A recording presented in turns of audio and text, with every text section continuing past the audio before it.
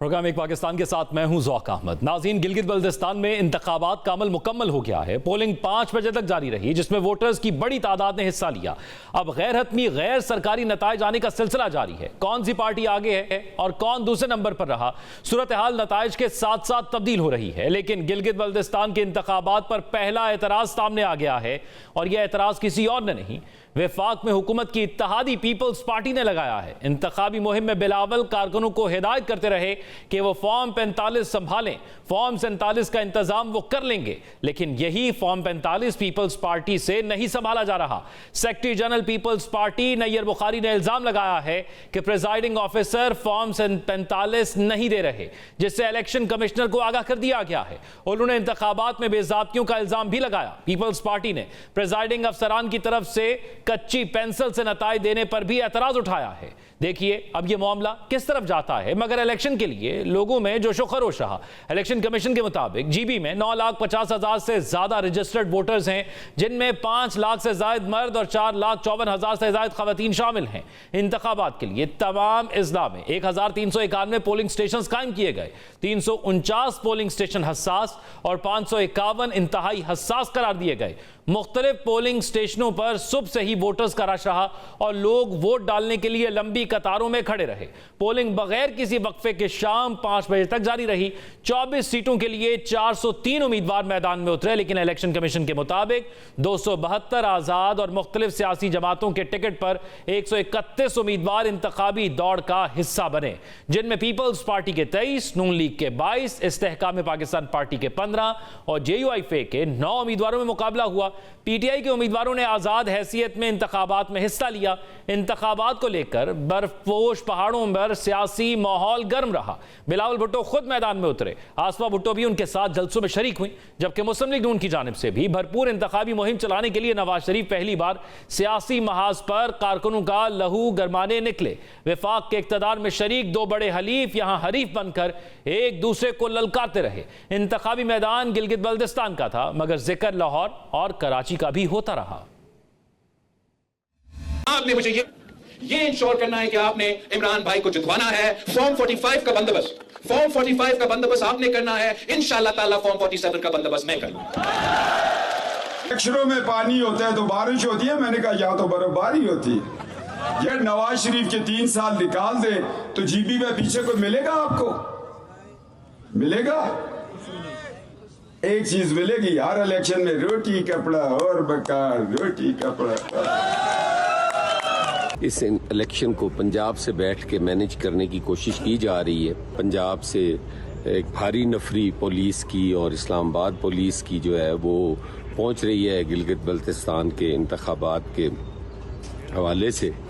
जिस दिन नवाज शरीफ ने कराची में कदम रखा, उस दिन का हिसाब याद रखना और पता लग जाएगा। हमारे इत्तेहादी हैं, उनको आप बोले कि अस्पताल नहीं है, या उनको कह दें कि स्कूल नहीं है, या कह दें कि सड़क खराब है, वो आपको एक ही बात बताएंगे कि जब बारिश होता है तो पानी आता है, और जब ज्यादा बारिश होता है तो फिर ज्यादा पानी आता है। गिलगित के बाशऊर नौजवानों, बुजुर्गों, भाइयों बहनों, बताओ गिलगित को लाहौर बनाना है या कराची? आपने फैसला दे दिया, शुक्रिया। आपने ये फैसला करना है कि गिलगित बल्तिस्तान को कराची बनाना है कि लाहौर बनाना है। जब आप लाहौर का मवाजना करते हैं कराची शहर से, कराची वो शहर है जो कि सारे पाकिस्तान को चलाता है, तो मैं तो चाहूंगा कि हुंजा कराची जैसा बने और कराची की तरह सारे पाकिस्तान की। नाज़रीन, ये सब कुछ चलता रहा। अब वोटों की गिनती जारी है। हतमी नताइज इलेक्शन कमीशन से जारी होंगे, जिसके बाद पता चलेगा कि कौन सी पार्टी हुकूमत बनाएगी। जिसकी विफाक में हुकूमत, उसकी जीबी में हुकूमत वाली रिवायत दोहराई जाएगी या फिर तारीख बदलेगी। अब इसी तमाम सूरत हाल पर बात करेंगे। हमारे साथ चेयरमैन पाकिस्तान तहरीक इंसाफ गौहर खान साहब मौजूद हैं, उसके साथ साथ शमीला फारूकी साहिबा पाकिस्तान पीपल्स पार्टी से, कामरान मुर्तज़ा साहब JUIF से और जाहिद खान साहब पाकिस्तान मुस्लिम लीग नून से मौजूद हैं। चारों मेहमानों का बहुत शुक्रिया। गौर साहब, आपसे आगाज़ करूँगा। ये बताइएगा, पीपल्स पार्टी की जानिब से तो बार बार एतराज़ात अब भी सामने आए फॉर्म 45 के हवाले से। पहले भी बिलावल भुट्टो साहब ये कहते रहे हैं कि फॉर्म 45 की हिफाजत करनी है। पीपल्स पार्टी का तो मौक़िफ़ है कि उनको फॉर्म 45 नहीं मिल रहे। आपकी क्या सूरत हाल है? इलेक्शन के जो नताइज आ रहे हैं या जिस तरीके से इस पर गिनती का अमल जारी है, क्या मुतमईन है या एतराज़ात हैं? सिर्फ पीपल्स पार्टी नहीं, इशारे को सहूलत फॉर्म 45 भी मिलना चाहिए और election free and fair and transparent होने चाहिए। हमने तो कोशिश कहा, हमने तो पहले कहा हुआ है कि जी फ्री एंड फेयर ट्रांसपेरेंट नहीं हो रहे थे। नय्यर बुखारी साहब को अभी ख्याल आया कि अभी फॉर्म 45 नहीं दिए जा रहे, जहां हमें रोका जा रहा था, हमें कंपेन की इजाजत नहीं थी। तो ये भी तो फ्री फॉल रिगिंग है। इलेक्शन कानून के मुताबिक तो जिस वक्त इलेक्शन का नोटिफिकेशन इशू हो जाता है उस वक्त से लेके इलेक्शन रिटर्न कैंडिडेट का जब तक नोटिफिकेशन नहीं होता, ये इंटायर प्रोसेस जो होता है ये इलेक्शन कहलाता है। और इसका हर स्टेप फ्री, फेयर और ट्रांसपेरेंट होना चाहिए। हर पार्टी को कैंपेन की इजाजत हो, हर कैंडिडेट को कैंपेन की इजाजत हो, टाइम पे अपना वोटिंग शुरू हो, टाइम पे वोटिंग बंद हो, रूल्स के मुताबिक हो, एजेंट मौजूद हो, उनके सामने काउंटिंग हो, उनके काउंटिंग करके उनको फॉर्म दिया जा रहा हो। ये सब कुछ इलेक्शन प्रोसेस का। कोई भी प्रोसेस अगर वो इलीगल हो जाए तो आप इंटरफेरेंस कर रहे हैं। और देखें, ये अब मजीद रिपीट नहीं करने चाहिए। Enough is enough. Election free, fair, transparent कराएं, ये इलेक्शन कमीशन की जिम्मेदारी है। और हर सूरत जो पार्टी जीते, देखो जो पार्टी जीते वो अलग बात है, लेकिन अवाम को जीतना चाहिए और अवाम है जिसको वो अपने नुमाइंदे मुंतखब करते हैं, ये उनका हक। अब बैरिस्टर गौहर साहब एक चीज़ बताइएगा, फिर मैं बाकी मेहमानों की तरफ भी जाता हूं कि अब तक के नताइज के मुताबिक कितनी बरतरी पाकिस्तान तहरीक इंसाफ ने ली है और मजमूई सूरत हाल आपको कैसी नज़र आ रही है? जो कैंपेन आज़ाद उम्मीदवारों की सूरत में आपने की या कुछ इत्तेहाद भी किया, उसमें कितनी % कामयाबी की उम्मीद है? कितने उम्मीदवार आपके जी जाएंगे?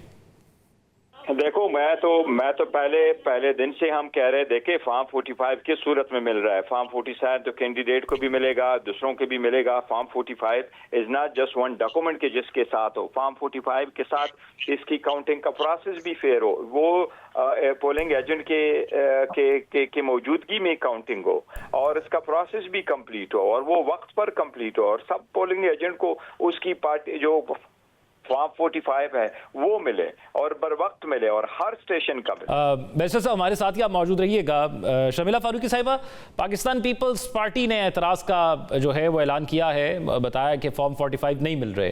बुनियादी तौर पर कितनी जगह पर यह एतराज़ पाकिस्तान पीपल्स पार्टी को आ रहा है और इसके खदशात तो पहले से इजहार किया गया था चेयरमैन बिलावल भुट्टो जरदारी साहब की जानिब से, तो क्या हुकूमत से या इंतजामिया से इस हवाले से पहले भी एहतजाज रिकॉर्ड करवाया गया? जी बहुत शुक्रिया। देखिए, पोलिंग तो अपने इख्तिताम को 5 बजे पहुंच चुकी थी।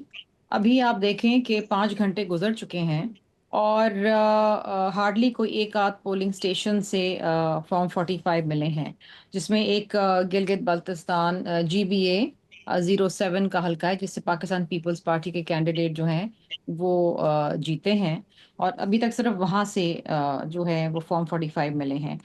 हम तो ज़ाहिरी बात है क्योंकि छोटे छोटे पोलिंग स्टेशंस हैं और वोटर लिस्ट भी छोटी है और जब इलेक्शन अपने अख्ताम को पहुंच गया तो बहुत सारे पोलिंग स्टेशन में तो गिनती शुरू ही नहीं की थी और जहां पर गिनती शुरू होके गिनती अपने अख्ताम पे पहुंच गई थी वहां पर हमारे पोलिंग एजेंट्स जो बैठे थे उन्होंने कहा कि जी आप फॉर्म 45 दें, जो भी विनिंग कैंडिडेट है वहां से, तो वहाँ से फॉर्म 45 नहीं मिले, जिसकी फिर शिकायत हमारे जो जनरल सेक्रेटरी हैं नय्यर बुखारी साहब उन्होंने भी की है, इलेक्शन कमीशन को भी ये बात कही है, इंतज़ामिया को भी कही है और ये फेडरल गवर्नमेंट को भी ये मैसेज है कि देखिए आप अगर हकीकी लोगों को जो वहाँ से जीत रहे हैं अगर आप किसी किस्म की रिगिंग करेंगे, क्योंकि प्री पोल रिगिंग तो हमने भरपूर तरीके से देखी जिस तरह हुकूमत ने की है अपने फेडरल मिनिस्टर्स को भेज के, और वो मिनिस्टर्स जो कम्युनिकेशंस का हेड करते हैं, NHA को हेड करते हैं, वहाँ पर बड़े बड़े प्रोजेक्ट्स अनाउंस किए गए। Federal ministers code of conduct की वायलेशन करते हुए वहाँ पर आए और जलसे कर रहे हैं और तकरीर कर रहे हैं और बिलखुसूस पीपल्स पार्टी को निशाना बना रहे हैं, ये तो हमने देखा। लेकिन जो पोलिंग डे पे जो धांधली होती है वो यही होती है कि आपको फॉर्म 45 नहीं दिया जाता। बाय एंड लार्ज देखिए हम ये समझते हैं कि पोलिंग अमन हुई है और भरपूर तरीके से गिलगित बल्तिस्तान की आवाम बाहर निकली है। अब उन्होंने जो अपने हकीकी नुमाइंदे चुने हैं उनको सामने आने दें और वरना बहुत ज़्यादा बेचैनी और अनरेस्ट पैदा हो जाएगा। ये हमारी गुजारिश भी है, ख्वाहिश भी है और हम चाहते हैं कि इस पे नोटिस लें और जल्द से जल्द फॉर्म 45 दें। हमारे तो लोग वहाँ बैठे हैं पोलिंग स्टेशंस के बाहर और हमारे पोलिंग एजेंट्स अंदर बैठे हैं और हमारी भरपूर कोशिश है कि हम किसी किस्म की धांधली ना होने दें। लेकिन यहाँ पर सबसे ज़्यादा जिम्मेदारी आ जाती है गिलगित बल्तिस्तान की आवाम की कि वो इसके ऊपर एहतजाज करें, जो कि कर रहे हैं। इस तरह आपने देखा कि एक पोलिंग स्टेशन जो है वो सड़क से उठा के उसको पहाड़ी की चोटी पे ले गए, जिसमें 209 पाकिस्तान पीपल्स पार्टी तो 209 वोट्स थे, और जहां पर भरपूर तरीके से पाकिस्तान पीपल्स पार्टी की वहां पर अक्सरियत है वोटर्स की। तो ये again this was part of rigging, और अब मैं समझती हूँ कि इस पे इलेक्शन कमीशन को बिल्कुल नोटिस देना चाहिए और इंश्योर करना चाहिए कि ये इलेक्शंस कंट्रोवर्शियल ना बने। कमरान मुर्तज़ा साहब, JUIF भी पार्टिसिपेट करिए इस इलेक्शन में, आपके भी क्या इसी तरह के तहफ़्फ़ुज़ात हैं और क्या उम्मीद करते हैं ये इलेक्शन मुख्तलिफ हो सकता है या वैसा ही होगा जो 2024 के एतराज़ात के अंदर ही गुजर गया? हालांकि ये एक छोटा इलेक्शन है, लेकिन कहा जाता है कि ये एक रेफरेंडम के तौर पर भी इसको देखा जाता है। ऐसा है कि जमहूरियत पाकिस्तान में हार चुकी है या हार रही है। सिर्फ 2024 का इलेक्शन जो है वो डिस्प्यूटेड नहीं है, 2018 का भी वहाँ पे भी कुछ बैठ गया था, कुछ खड़ा हो गया था। तो जब चीज़ें जो है ना इस तरह से RTS बैठ जाते हैं, आपके फॉर्म 45 तब्दील हो जाते हैं, फॉर्म 45 फॉर्म 47 से मैच नहीं करते, फॉर्म 45 जो है रिप्लेस हो जाते हैं जब चीज आए। तो जब ये इस तरह की हरकतें होती हैं तो फिर जो ना वो इलेक्शन के नताइज के ऊपर जो है वो किसी का एतमाद नहीं होता। पाकिस्तान में कोई एक शख्स भी इस वक्त ये बिलीव नहीं करता दिल से कि ये इलेक्शन जो है वो दुरुस्त होते हैं। ये हम 2024 के इलेक्शन को तो वो निशाना बनाते हैं, क्या 2018 वाले इलेक्शन ठीक थे? एक इंतहाई ईमानदार शख्स की मौजूदगी में हर चीज़ जो है ना वो तबाह बर्बाद हो गई थी। फखरुद्दीन जी इब्राहिम थे शायद उस वक्त, तो उस वक्त भी और सब कुछ उनकी मौजूदगी में बिल्डोज कर दिया गया था। तो अगर इलेक्शन के नताइज किसी और ने मुरतब करने हैं तो फिर मेरा ख्याल है कि वो अपनी मर्जी के लोग चुन लिया करें और उसके नतीजे में जो भी सेटअप चलेगा लूला लंगड़ा, और इसी तरह से लूला लंगड़ाता पाकिस्तान जिस तरह से आज चल रहा है उसी तरह से चलता रहेगा। अल्लाह इसको खैर दे, इस मुल्क को अल्लाह पाक इसको कायम और आबाद रखे। मगर ये जो इसको तबाह करने वाले हैं वो इसी के पीछे लगे हुए हैं कि किस तरह से इसके सारे निज़ाम को तबाह बर्बाद करके छोड़ें।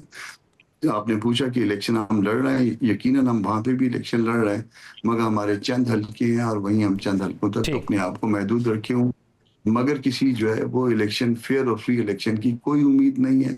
वही नताइज हैं, वही कुछ होगा, वही कुछ हुआ है जो 2024 में। आप समझते हैं कि बदला कुछ भी नहीं है, सिस्टम वैसा ही है और एतराज़ात भी वैसे ही हैं। जाहिद खान साहब, एक तो ऑपोजिशन और हुकूमत के इत्तेहादी, मैं बिल्कुल कामरान मुर्तज़ा तो पॉइंट आ गया। जाहिद खान साहब, एक तो क्यों नहीं दे रहे फॉर्म 45? सबका एक ही एतराज़ है, PTI और पीपल्स पार्टी, आपके इत्तेहादी और आपके मुखालिफ, वो भी एक पेज पर हैं और सबका मौक़िफ़ यही है कि फ्री एंड फेयर इलेक्शन नहीं हो रहा, प्री पोल रिगिंग के भी इल्ज़ामात लगे। तो क्यों ऐसा हुआ? आपको क्या लगता है, क्या जवाब है इसका हुकूमत के पास? देखिए, ये तो इल्ज़ामात है ना, अभी सबूत तो किसी के पास भी नहीं है, सिर्फ बातें हो रही है। मुझे एक बात बता दें कि अभी पीपल पार्टी का जो हमारे कुलीग है वो कह रहे हैं कि एक सीट से वो जीत भी गए, उसको 45 फार्म भी मिल गया और सब चीज़ें हो गई। दूसरा उसने एक और इतराज़ किया, वो जो NHA का मिनिस्टर है वो तो इस्तेकाम पाकिस्तान की पार्टी है, उसकी तो अलग पार्टी है, वो तो हमारे खिलाफ भी इलेक्शन लड़ रहे हैं, उसमें तो कोई मेरे ख्याल में ऐसा है नहीं। जिस तरह ये लोग इत्तेहादी, इस तरह वो भी एक इत्तेहादी है। तो मेरे ख्याल में देखिए अभी तो रिजल्ट आ रहे, देखी जा रही है, अभी कोई कंफर्म नहीं कह सकते कि किस पोलिंग स्टेशन में ये सूरत हाल है कि उस पर 45 फार्म नहीं दिया जा रहा है। और जहाँ तक PTI की बात है, PTI को कहते कि 2013 में और 2018 में जब पख्तूनख्वा में इलेक्शन हो रहा था, तुम लोग जलसे कर रहे थे, जुलूसे निकाल रहे थे, सब कुछ कर रहे थे, लेकिन लेवल फील्ड था दूसरे पार्टियों के लिए, पीपल पार्टी ANP के लिए था, बिल्कुल नहीं था, वो जनाजे उठा रहे थे। उस वक्त आप लोग क्यों नहीं बोल रहे? लेकिन जाहिद खान साहब, कता कलामी की माजरत GB के हवाले से पीपल्स पार्टी ये मौकफ रखती है कि 2020 के इलेक्शन में बिलावल भुट्टो जरदारी साहब भी 10 से ज्यादा दिन वहां पर करते रहे कैंपेन, मरियम नवाज साहिबा भी 10 से ज्यादा दिन वहां पर कैंपेन करती रही, लेकिन पाकिस्तान तहरीक इंसाफ को मौका नहीं दिया गया इस बार इलेक्शन में कैंपेन करने का। तो बैरिस्टर गौहर साहब कौन है? वो क्या पार्टी के सरबराह नहीं है? वो वहां नहीं है। अगर वो करते रहे तो वो भी ये भी कर रहे हैं ना। अगर इसको इजाजत मिल गई, ये सी बात मेरे ख्याल में नहीं है। सिर्फ यही है कि एतराज़ात तो हर एक कर रहा है। अभी इलेक्शन को देखिए, इलेक्शन के रिजल्ट आने दे, अगर उसकी बात भी किसी को है तो जाहिर है कि फिर इतराज़ात भी होते, सब चीज़ें होते। लेकिन अभी मुझे आप बता दें कि इस वक्त अब ये मुझे बताया 2021 में जब इलेक्शन हो रहा था तो कौन जीते थे? ये वहाँ पे भी और आजाद कश्मीर में भी जब इलेक्शन हुआ था, तो वही जो जिनके मरकज में हुकूमत थी, तो क्या वो दाल नहीं कर गए थे?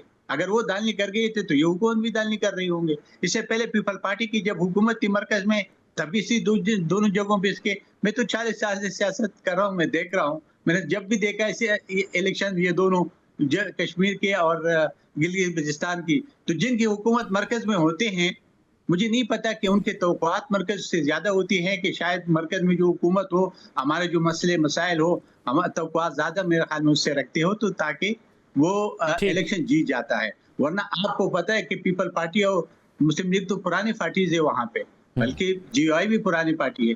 ये तो मुकाबले तो करते रहे, लेकिन पिछली जो 2021 में पीटीआई ने जीता था, वो तो नई पार्टी थी, तो क्योंकि वो मरकज में हुकूमत थी उसकी। ठीक है, आप समझते हैं कि ये एक रिवायत है कि वो मरकज की हुकूमत को ज्यादा सपोर्ट किया जाता है, वो पीपल्स पार्टी 2010 हो, 2015 नून लीग हो या 2020 पीटीआई हो। बैरिस्टर गौर साहब, एक तो ये बताइएगा, जिस किस्म की कैंपेन आपने की, यानी एक मार्क तो सेट किया होगा कि इतने कैंडिडेट हमारे विनिंग हैं, वो मार्क क्या सेट किया कि इतने अगर कैंडिडेट हमारे नहीं जीतते तो फिर ये समझा जाएगा कि ये धांधली हो रही है?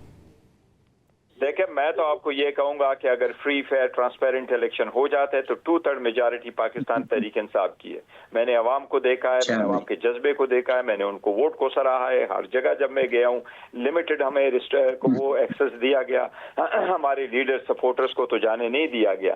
लेकिन अगर फ्री फेयर ट्रांसपेरेंट इलेक्शन होते और उसमें पार्टिसिपेशन की भी इजाजत होती तो 2/3 मेजॉरिटी कहीं भी नहीं गया हमारा, क्योंकि अवाम इस मसले को चाह रही है कि जी वो और बैरिस्टर गौर साहब, पीपल्स पार्टी ये एतराजात का मौकफ इलेक्शन से पहले भी रखती रही है, तो ये समझा जाए कि दोनों अब एक ही मौकफ पर हैं? एक नहीं, वो मौक़िफ़ तो एक जैसा होगा। मैं ये कह रहा हूँ, पीपल्स पार्टी और मुस्लिम लीग एक ही सिक्के के दो अलग अलग रुख है, लेकिन है तो एक ही ना जी। चाहे वो एक सीट में हो तो दूसरी सीट में हो, एक वक्त में करता हो, इनके वज़रा हो तो इनके भी गवर्नर वहां गए, इन्होंने भी वहां कैंपेन किए, इन्होंने भी सब कुछ दिया हुआ है। बात दरअसल ये है कि अगर फ्री फेयर ट्रांसपेरेंट इलेक्शन हो तो आप लेवल प्लेइंग फील्ड प्रोवाइड करते हैं टू द पार्टीज। आप जहन में रखते हैं कि जी अवाम के पास हमने जाना है, अवाम का मैंडेट हमारे पास है, फिर आप जाकर के इलेक्शन करते हो। ये वक्त नहीं है कि ये कहें कि जी सिर्फ इस वक्त हमें नहीं मिला। मैं कह रहा हूँ ये प्रोसेस कंटिन्यू करता है। फ्री फेयर इलेक्शन का जो रिस्पॉन्सिबिलिटी आईन के मुताबिक वो नोटिफिकेशन के इलेक्शन प्रोग्राम से शुरू होता है और रिटर्न कैंडिडेट के नोटिफिकेशन की इशू होने पे खत्म होता है। इसी दौरान को सारे कहते हैं बाय लॉ कि ये इलेक्शन के प्रोसेस है और हर प्रोसेस फ्री फेयर ट्रांसपेरेंट हो और उसमें किसी के साथ किसी किस्म की इंटरफेरेंस ना हो।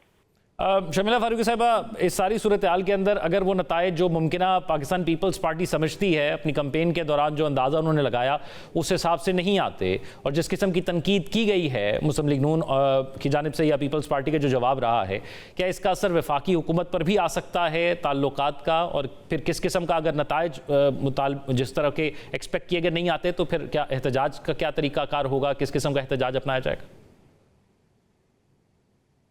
देखिए, एक बुनियादी चीज जिस पे मैं बात करना चाहूंगी वो ये है कि पाकिस्तान पीपल्स पार्टी एंड पाकिस्तान मुस्लिम लीग, ये दो ऐसी जमातें हैं जो कभी नजरियाती तौर पे एक दूसरे के साथ नहीं हो सकती। The two completely different parties. और पीपल्स पार्टी की जो कुर्बानियां हैं, जो जमहूरियत के लिए लाजवाल कुर्बानियां हैं, जो पाकिस्तान पीपल्स पार्टी के लीडरान और उसके उनके वर्कर्स की जो काविशें हैं, शहीद जुल्फ़िकार अली भुट्टो साहब ने इस मुल्क को एटमी ताकत बनाया, अपनी जान का नजराना दिया। बीबी साहिबा आई, उन्होंने शहादत नोश करी और उनकी शहादत के खून से, उनके लहू से इस मुल्क में जमहूरियत को सींचा गया है और उन्होंने फिर रास्ता हमवार किया मियाँ साहब के आने का। ये जो पाकिस्तान को उसका मुत्तफ़िक़ आइन देना और बहुत सारी ऐसी चीज़ें, बहुत तवील लिस्ट है, आपका प्रोग्राम इसी में ख़त्म हो जाएगा। ये दो मुख्तलिफ जमातें हैं। हम अगर आज वफाक में भी सपोर्ट कर रहे हैं PMLN को, तो वो इसलिए क्योंकि कोई भी जमात की सादा अक्सरियत नहीं थी। और अगर आपने जमहूरियत को चलाना है और अगर आपने सिस्टम को चलाना है तो आपने साथ देना है। और आप देखिए कि जो पिछले 2-2.5 साल हमारे गुजरे हैं उसमें हमारी अक्सर ऊंच नीच रही है। पिछले बजट का हमने बाइकआउट किया बिकॉज डिस्कशन नहीं हो पाई। पंजाब के अंदर जो हमारा रिटर्न एग्रीमेंट था उसके ऊपर अमल नहीं हो। बहुत सारी ऐसी चीज़ें आज भी डिस्कशन बजट पे ऊपर चल रहा है और बहुत सारी ऐसी चीज़ें हैं जिसके ऊपर पीपल्स पार्टी इत्तेफाक नहीं करती है PMLN से। लेकिन बात यह है कि यहाँ पर इलेक्शंस होते हैं जी, और गिलगित बाल्टिस्तान की आवाम जानती है कि किसने उनको उनकी शनाख्त देने की भरपूर कोशिश की और अमली तौर पे करके भी दिखाया। शहीद जुल्फ़िकार अली भुट्टो साहब ने FCR का खात्मा किया, बीबी साहिबा ने उनको एम्पावर किया, सदर जरदारी साहब ने 2009 का एम्पावरमेंट ऑर्डर निकाला जिसके तहत पहली इनकी लेजिस्लेटिव असेंबली आई, चीफ मिनिस्टर बना, और उसी के नतीजे में आज फिर इलेक्शंस और फिर अब आज इलेक्शंस हो रहे हैं। अब आप देखिए बड़े पुरअमन इलेक्शंस हुए हैं। और अब अगर आप ये ना देखें कि मेरा ताल्लुक पाकिस्तान पीपल्स पार्टी से है, आपके नुमाइंदे ऑन ग्राउंड होंगे, आप वहाँ जाएं, लोगों से पूछें, रैंडमली आप लोगों से पूछे, वो आपको कहेंगे हम पीपल्स पार्टी के लिए वोट करेंगे। तो एक ग्राउंड रियलिटी भी कुछ होती है। वहां पर एक ओवरवेलमिंग सपोर्ट है पाकिस्तान पीपल्स पार्टी के लिए, और बिलावल भुट्टो जरदारी साहब की और बीबी आसिफा की जो कैंपेन थी उसका कोई मुकाबला नहीं है। और जो बातें वहां पर चेयरमैन बिलावल भुट्टो जरदारी साहब ने की वो बातें हैं जो उन्होंने अपने दिल से की और जो गिलगित बाल्टिस्तान के लोगों की दिल की आवाज है। अब अगर उस इलेक्शन को चोरी करने की कोशिश की जाती है तो गिलगित बाल्टिस्तान की आवाम सफर करेगी, और ना सिर्फ उनकी आवाम सफर करेगी, पाकिस्तान सफर करेगा। GB हमारा हिस्सा है, it is part of us. हम उसको उनको NFC में एक शेयर देना चाहते हैं।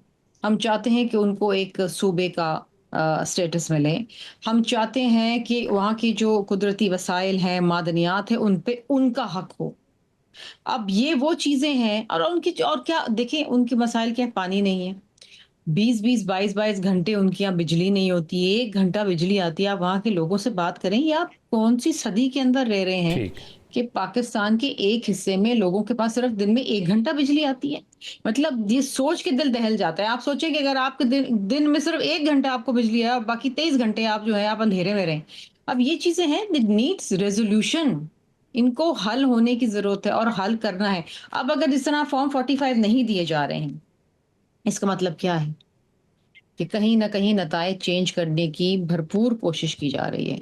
और अगर ये होगा फिर लोगों में बेचैनी होगी, फिर वहां पर अनरेस्ट होगा। और वो इतना अच्छा इतना खूबसूरत खित्ता है जहां पर आप देखें कि मोहब्बत करने वाले लोग हैं, समझदार लोग हैं, गयूर लोग हैं। You can not take the right to vote and to select their own people from them. ये नहीं हो सकता, ये नहीं चल सकता। ठीक, यानी आप समझते हैं कि लोगों की हक तलफी होती है। कमरान मुर्तज़ा साहब, क्या इसका बेहतर हल क्या है? हमने देखा कि हर इलेक्शन में एतराज भी उठता है, धांधली की बात भी होती है। GB का इलेक्शन है, यहाँ पर भी एतराजात उठ रहे हैं। तो क्या जमहूरियत की इस खूबसूरती के लिए या जमहूरियत को बचाने के लिए उसका एक प्रॉपर एहतजाज और उसको रीडू करना ज़रूरी है, या फिर गो विद द फ्लो के निज़ाम को बचाने के लिए हमें चुप रहना पड़ता है? निज़ाम तो है नहीं जिसको बचाने की जरूरत हो। निज़ाम वो होता है जो दस्तूर के मुताबिक होता है। तो अगर दस्तूर के मुताबिक ही निज़ाम है या कानून के मुताबिक ही निज़ाम है तो फिर तो इसको बचाना चाहिए। वरना ये फिर निज़ाम अगर ढह रहा है या ढह जाएगा या खुद ब खुद जो है ना इसके अंदर कोई ऐसी दरारें पड़ चुकी हैं तो फिर ये यकीनन जो है ना किसी वक्त गिर जाना इस निज़ाम ने। हमें निज़ाम से दिलचस्पी नहीं है, असल मसला ये मुल्क है। हमें इस मुल्क से दिलचस्पी है, हम इस मुल्क को जो है ना वो आबाद और कायम रखना चाहते हैं। मगर ये निज़ाम जो है अपने आप को बचाने के लिए मुल्क को उसने दाव पे लगाया हुआ है। अब मसला ये है कि इस इलेक्शन तो होता है, मैं और आप इलेक्शन लड़ें और इसमें अगर मैंने धांधली कर ली है तो इसको ये कानून की गिरफ्त में आ सकता है। मगर इस कानून में कोई ऐसा तरीकाकार नहीं है या सिस्टम के अंदर कोई ऐसा तरीकाकार नहीं है जहाँ अदारा जाती धांधली को पकड़ा जा सके। और वो अदारे चूंकि मजबूत होते हैं तो उसलिए जो है वो आप उसको कहते हैं कि कोर्ट में जाके कितने केस स्टैब्लिश हुए कितने नहीं हुए कोर्ट में मैं कहता हूं कि एक केस भी स्टैब्लिश करना जो है ना बहुत मुश्किल हो जाता है। ये वैसे ये कमरान मुझे तो अहम पॉइंट है कि हम उसका कोई ऐसा सद्देबाब ही नहीं है कि जहां पर जाके निकाला जा सके। जाहिद खान साहब, लास्टली ये चीज़ के आप क्या देखते हैं, एक नजरियाती इत्तेहाद हो सकता है जीबी में भी अगर ऐसी पोजीशन बनी पीपल्स पार्टी के साथ, और दूसरा इन एतराज़ात को एड्रेस कैसे किया जाएगा, क्योंकि PMLN की जानिब से बड़ी तनकीद की गई, लाहौर कराची कैसा जीबी चाहिए और इस तरह की बातें भी की गई जीबी इलेक्शन के दौरान भी। तो आपको नहीं लगता कि इस किस्म के बयानात से वफाक के अंदर भी असर पड़ सकता है ताल्लुकात? नहीं, देखिए सियासत, ये सबको पता है कि सियासत में ये चीज़ें होती है और इलेक्शन में ये भी बातें होती हैं। मेरे ख्याल में इसे इतना ज़्यादा वो नहीं लेना चाहिए उन बातों को। मसला यही है कि इस वक्त जिस तरह के पीपल पार्टी ने कहा कि इस वक्त ज़रूरत है इस मुल्क में चलाने के लिए, इस मुल्क चलाने के लिए उन्हें इत्तेहाद किया हुआ है, हालांकि वो कैबिनेट में नहीं है, लेकिन फिर भी उसके प्रेसिडेंट उनका है, उसके गवर्नर्स है, उनके चेयरमैन सेनेट है, ये सारी चीज़ें हैं। लेकिन मैं समझता हूँ कि इनसे इन बातों से नहीं है। हाँ, ये फोकस होना चाहिए कि दाली का या 45 फार्म की नहीं होना चाहिए। और ये आपको पता हो कि ये 2018 से यह काम शुरू हुआ था जब RTS को फेल किया गया था। तो ये चीज़ें नहीं होनी चाहिए, और ये तब मुमकिन होगा, तब खत्म होगा जब सारी पॉलिटिकल पार्टीज मिल बैठकर इसका कोई रास्ता ढूंढे। देखिए, कोई और नहीं आएगा, कोई और रास्ता नहीं दिखाएगा, ना कोई रास्ता बनाएगा। यही पॉलिटिकल पार्टीज करेंगी, और यही पॉलिटिकल पार्टीज इस इलेक्टोरल निज़ाम के हवाले से अपनी इलेक्शन कैंपेन्स में भी बहुत जिक्र करती थी, लेकिन जब हुकूमत में आती हैं तो ये चीज़ें वही पॉलिटिकल पार्टीज भूल जाती हैं। वक्त की किल्लत थी। बहुत शुक्रिया तमाम मेहमानों का। नाज़रीन, अभी प्रोग्राम में शामिल करेंगे एक break. Stay with us. Break के बाद खुशामदीद नाज़रीन। आज़ाद कश्मीर के अमन को एक बार फिर खराब करने की कोशिश की जा रही है। मुतालबात पूरे होने के बावजूद सड़कें बंद करके एहतजाज समझ से बालातर है। वफाकी हुकूमत ने आज जॉइंट एक्शन कमेटी के एहतजाज और मुतालबात के हवाले से हक़ाइक़ कौम के सामने रख दिए। वफाकी वज़ीर पार्लिमानी अमूर तारिक फजल चौधरी ने कश्मीर में एहतजाज पर सवाल उठाते हुए इस्लामाबाद में प्रेस कॉन्फ्रेंस की, जिसमें उनका कहना था कि जॉइंट अवामी एक्शन कमेटी के 38 मुतालबात में से 35 पर अमल दरामद हो चुका, बाकी मामलात भी मुज़ाकरात के जरिए हल किए जा सकते हैं। तारिक फजल चौधरी ने कहा, सस्ता आटा, सस्ती बिजली, हुकूमती अखराजात में कमी, इंतजामी इस्लाहात, हेल्थ कार्ड, लोकल गवर्नमेंट और तरक्याती मंसूबों समेत तकरीबन तमाम अवामी फलाही मुतालबात पूरे कर दिए गए हैं। तारिक फजल चौधरी ने बताया कि आज़ाद कश्मीर में आटा पंजाब के मुकाबले में तकरीबन 50% रियायती नर्ख पर फराहम किया जा रहा है, जबकि बिजली सिर्फ 3 रुपए फी यूनिट के हिसाब से दी जा रही है। उनका कहना था कि ये वो बड़े मुतालबात थे जिनके लिए एहतजाज किया जा रहा था और हुकूमत ने इन पर अमल दरामद कर दिया है। वफाकी वजीर के मुताबिक पहले जहां आजाद कश्मीर काबीना में 35 से 36 अरकान शामिल थे, अब यह तादाद कम करके 20 कर दी गई है। इसी तरह हुकूमती महकमों की तादाद कम करने का मुतालबा भी पूरा किया गया और अब महकमों की तादाद 22 रह गई है। एहतसाब ब्यूरो और एंटी करप्शन इदारों को जम करने का मुतालबा भी माना गया, जबकि नैब ऑर्डिनेंस को हमाहंग करने के लिए जरूरी ऑर्डिनेंस भी जारी किया जा चुका है। लोकल गवर्नमेंट एक्ट की मंजूरी के बाद तरक्याती फंड्स की मुंतकली का अमल भी शुरू है। इसके अलावा मंगला डैम मुतासरीन के वाजिबात की अदायगी मुकम्मल कर दी गई है, जबकि Dadyal Kashmir colony water supply scheme को सालाना तरक्याती प्रोग्राम में शामिल किया गया। तालीमी शोबे में भी मुतादिद इस्लाहात की गई, जिनके तहत स्कूलों और कॉलेजों पर बिजली के इजाफी लोड में कमी, मजीद तालीमी बोर्ड्स का कयाम और तालीमी इदारों में ओपन मेरिट के नफाज जैसे इकदाम शामिल हैं। इसी तरह property transfer tax act assembly से मंजूर हो चुका है, जबकि अस्पतालों में जदीद तिब्बी सहूलियात की फराहमी के लिए अरबों रुपए मालियत के मंसूबों की मंजूरी भी दी गई है। लेकिन इसके बावजूद एक मामला ऐसा है जिस पर इख्तलाफ अब भी बरकरार है, और वो है मुहाजिरीन की 12 नशिस्तों का मसला। इस हवाले से आजाद जम्मू कश्मीर सुप्रीम कोर्ट ने सदारती रेफरेंस पर अपनी राय देते हुए हुकूमत के मौक़िफ़ को दुरुस्त करार दिया है। अदालत ने वाज़ेह किया कि मुहाजिरीन की 12 नशिस्तें आइन के आर्टिकल 22 के तहत तहफ़्फ़ुज़ रखती हैं और उन्हें किसी इंतजामी फैसले के जरिए तब्दील नहीं किया जा सकता। सुप्रीम कोर्ट ने अपनी राय में कहा कि इन नशिस्तों की कानूनी और तारीखी बुनियाद 1960, 1964 और 1970 के कवानीन, जबकि अबूरी आईनी इंतजामात 1974 के आइन और 1975 के एक्ट से जुड़ी हुई हैं। अदालत के मुताबिक इस हवाले से किसी भी तरमीम या तब्दीली का इख्तियार सिर्फ आइंदा इंतखाबात के बाद आने वाली नई असम्बली के पास होगा। देखना यह है कि क्या जॉइंट एक्शन कमेटी सियासत से हटकर अदालती फैसले का एहतराम करेगी या नहीं, और इन्हीं मामलात को हम आहंग करने के लिए इंतजामिया भी मुतहरिक है। नाज़रीन, प्रोग्राम में शामिल करेंगे एक ब्रेक, लेकिन ब्रेक के बाद आपको बताएंगे कि बिजली इस्तेमाल करने पर अब रकम भी मिलती है। ये कहां पर है और क्या तफसीलात हैं, एक ब्रेक के बाद। ब्रेक के बाद खुशामदीद नाज़रीन, अमेरिका और इसराइल की जानिब से ईरान के खिलाफ शुरू की गई जंग को आज पूरे 100 दिन मुकम्मल हो चुके हैं। ये वो जंग है जिसके बारे में अमेरिकी सदर डोनाल्ड ट्रंप ने इब्तिदा में दावा किया था कि ये बहुत जल्द अपने अंजाम को पहुंच जाएगी, लेकिन 100 दिन गुजरने के बावजूद जंग खत्म नहीं हुई, बल्कि मशरिक़ वस्ता से लेकर आलमी मईशत तक इसके असरात मुसलसल गहरे होते जा रहे हैं। इस वक्त सूरत हाल यह है कि अमेरिका और ईरान के दरमियान जंगबंदी के नाम पर एक स्ट्रैटेजिक तात्तुल बरकरार है। ना मुज़ाकरात किसी नतीजे तक पहुंच रहे हैं और ना ही दोनों फरीक ऐसे समझौते पर आबादा दिखाई देते हैं जिसकी सियासी या अस्करी कीमत उन्हें अदा करनी पड़े। इसीलिए एक तरफ सिफारती कोशिशें जारी हैं तो दूसरी जानिब मैदान अमल में हमले और जवाबी हमले भी रुकने का नाम नहीं ले रहे। इन कशीदा हालात में पाकिस्तान खित्ते में अमन के कयाम के लिए मुतहरिक किरदार अदा कर रहा है। इसी सिलसिले में पाकिस्तान के वफाकी वजीर दाखिला मोहसिन नकवी गुज़िश्ता रोज तेहरान पहुंचे, जहां उनका इस्तकबाल ईरानी वजीर दाखिला इस्कंदर मोमिनी ने किया। यह दौरा ऐसे वक्त में हुआ जब अमेरिका और ईरान के दरमियान मुज़ाकरात जमूद का शिकार हैं और दोनों जानिब से मुतज़ाद बयानात सामने आ रहे हैं। अल अरबिया और अल हज के ज़राए के मुताबिक मोहसिन नकवी तेहरान एक ख़ुसूसी और इंतहाई अहम पैगाम लेकर पहुंचे, जो मुबैना तौर पर पाकिस्तानी फौज के सरबरा field marshal general Asim Munir की जानिब से ईरानी क़यादत के लिए था। मीडिया से गुफ्तगू करते हुए मोहसिन नकवी ने तस्दीक की कि वो supreme leader Ayatollah Syed Mushtaba खामनाई के लिए फील्ड मार्शल का खुसूसी ख़त और वज़ीर आज़म शहबाज शरीफ का पैगाम लेकर ईरान आए हैं। इस पेशरफ्त को पाकिस्तान की जानिब से कशीदगी कम करने और मुज़ाकरात की राह हमवार करने की एक अहम कोशिश करार दिया जा रहा है। ताहम सिफारती सरगर्मियों के साथ साथ अस्करी महाज पर भी हालात मुसलसल कशीदा हैं। अमेरिका ने दावा किया कि उसने ईरान में गुरूक और जजीरा कुशम के रेडार तनसीबात को निशाना बनाया, जबकि ईरानी पासदारान इनकलाब ने जवाबन खित्ते में मौजूद अमरीकी फौजी अड्डों पर हमलों का ऐलान किया।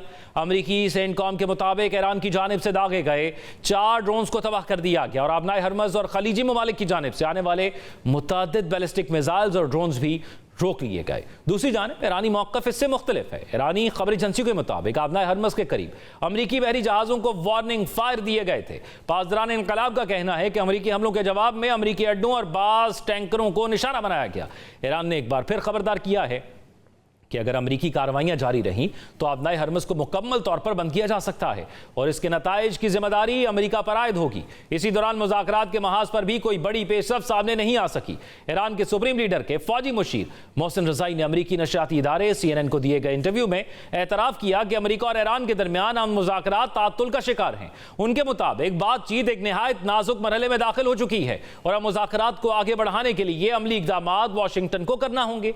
मोहसिन रज़ाई ने वाज़ेह अल्फाज में कहा कि गेंद अब सदर ट्रंप के कोर्ट में है। उन्होंने खबरदार किया कि अगर कशीदगी दोबारा शिद्दत इख्तियार करती है तो उसके असरात सिर्फ खलीज फारस तक महदूद नहीं रहेंगे, बल्कि बहराइन, बहरा अहमर, बाबुल मंदब और बहरा रोम तक पूरा खित्ता इस तनाज़े की लपेट में आ सकता है।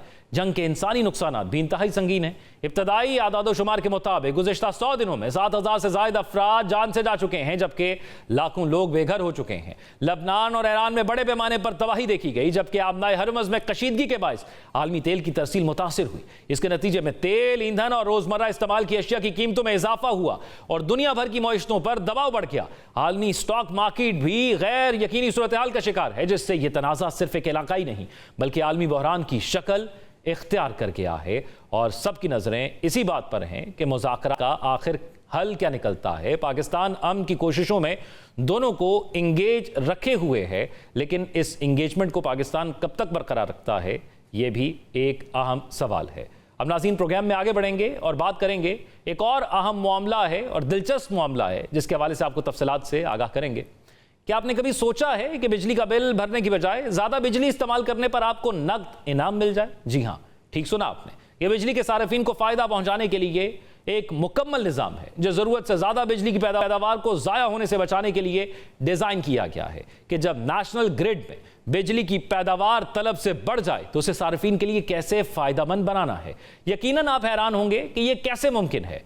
तो इसे ऐसे समझिए कि जब सूरज यानी सोलर या हवा यानी विंड पावर की वजह से बिजली तलब से ज़्यादा पैदा हो जाए तो फिर तलब और रसद के असूल के तहत थोक मार्केट में बिजली की कीमत सिफर से भी नीचे चली जाती है, यानी बिजली की कीमत मनफी हो जाती है। जितनी ज्यादा बिजली होगी उतनी ही ज्यादा कीमत मनफी होगी। ऐसे में बिजली बनाने वाला खुद अदायगी करता है। इस सूरत हाल में ऐसे डायनामिक टैरिफ और स्मार्ट होम सिस्टम काम करते हैं। इस निजाम में चार्जेस बड़े स्मार्ट तरीके से काम करते हैं कि जैसे ही बिजली की कीमत मनफी होती है, उनकी इलेक्ट्रिक गाड़ियां खुद ब खुद चार्ज होना शुरू हो जाती हैं, यानी पैसे की बचत और मुफ्त में बिजली की सहूलत मिलने लगी है। इसी तरह डिश वॉशर, वॉशिंग मशीनें, हत्ता के घर की बैटरियां भी इन मनफी घंटों में ग्रिड से मुफ्त बिजली जज्ब करने लगती हैं और फिर जब कीमत बढ़ती है तो महंगे दामों उसे बेच देती हैं। बिल्कुल ऐसे जैसे आप कोई पुराना सामान मुफ्त उठाने पर पैसे दें, फिर वो सामान महंगे दामों बेच दें। सबसे दिलचस्प टेक्नोलॉजी है V2G, यानी गाड़ी से ग्रिड। लोग अपनी कार को मनफी कीमत पर चार्ज करते हैं और जब शाम को बिजली महंगी होती है तो कार से वो बिजली वापस ग्रिड में बेच देते हैं। और ये सब कहां पर हो रहा है? तो जवाब है कि ये सिस्टम यूरोप में चल रहा है, जहां ये डायनामिक टैरिफ और स्मार्ट होम सिस्टम इस्तेमाल हो रहा है। गुज़श्ता साल स्वीडन में बिजली की कीमतें पूरा साल 22% नेगेटिव रहीं, डेनमार्क में 8% और जर्मनी में कीमतें 6.6% तक नेगेटिव रहीं। इन कीमतों और सस्ती बिजली का दुरुस्त फायदा उठाने के लिए टेक्नोलॉजी कंपनियों ने ऐप्स भी बना दी हैं जो खुदकार तरीके से आपकी डिवाइसेस को कंट्रोल करती हैं। यूरोप ने तो यह साबित कर दिया कि सार्फिन बिजली की मनफी कीमत से पैसे कैसे कमा सकते हैं। फर्क सिर्फ हुकूमती पॉलिसी और टेक्नोलॉजी का है। दूसरी तरफ पाकिस्तान में बिजली सार्फिन की बजाय किन अफराद या इदारों की मौजें लगी हैं, ये जरा वजीर रेलवे हनीफ अब्बासी की कौमी असम्बली में की गई तकरीर सुन लें, आपको खुद अंदाजा हो जाएगा कि यहां फायदा सारिफ की बजाय उठा रहा है।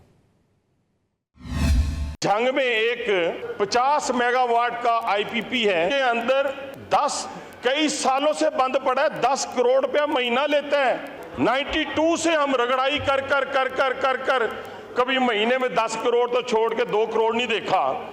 ये कौन कौन से लोग हैं? 45 IPP बंद पड़े हैं।